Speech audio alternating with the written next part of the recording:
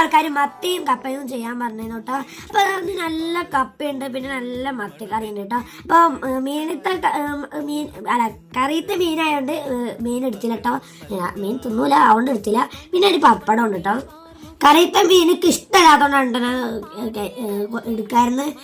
ഇത് നല്ല മുളകിട്ട മത്തിക്കറി ഉണ്ടോ. ഈ പപ്പടം ഇങ്ങനെ പൊടിച്ചിടാം കേട്ടോ.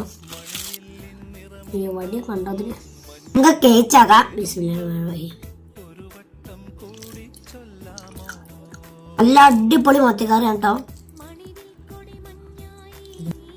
ഞാൻ തിന്നു.